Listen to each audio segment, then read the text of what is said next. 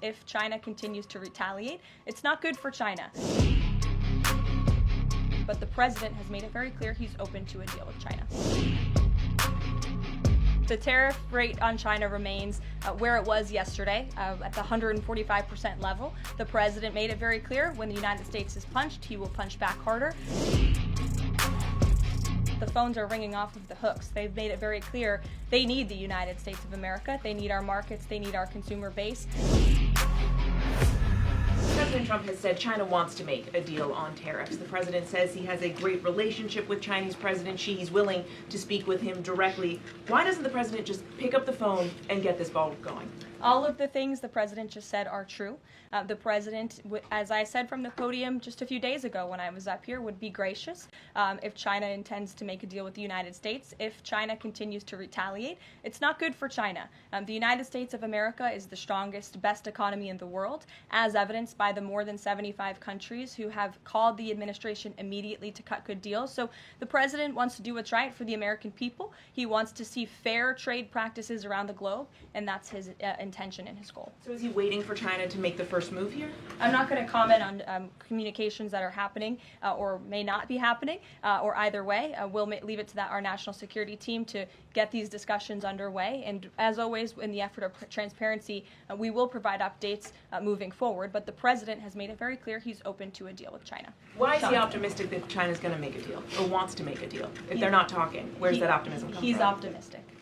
Hey, why would any of our allies work with us to isolate China in a trade war if we're treating friend and foe alike? You'll have to talk to our allies who are reaching out to us. The phones are ringing off of the hooks. They've made it very clear they need the United States of America. They need our markets. They need our consumer base. You saw Prime Minister Benjamin Netanyahu in the Oval Office with the president saying that he was going to bring down all of their monetary tariffs and their non-monetary tariff trade barriers as well. We've heard from South Korea. We've heard from Japan. The president has spoken to Vietnam. We have Italy coming to the White House next week.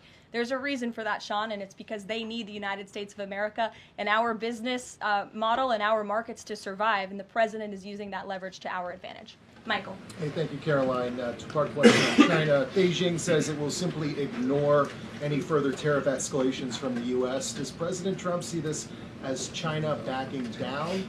And as a follow-up to that, what do you say to people like Shark Tank's Kevin O'Leary who say, you guys simply haven't tariffed China enough?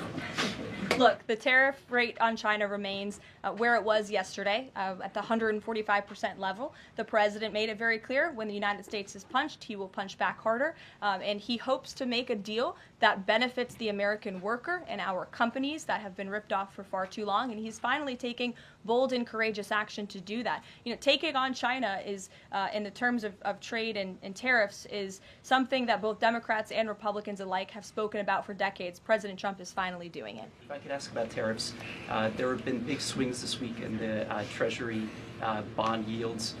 There's a theory that it might be because of China dumping these as leverage, driving up costs for U.S. loans like mortgages.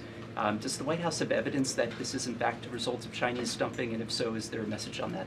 Not to my knowledge, but I would check in with the Treasury Department on that. I can tell you I know our Secretary of Treasury, Scott Bessent, is keeping a very close eye on the bond market.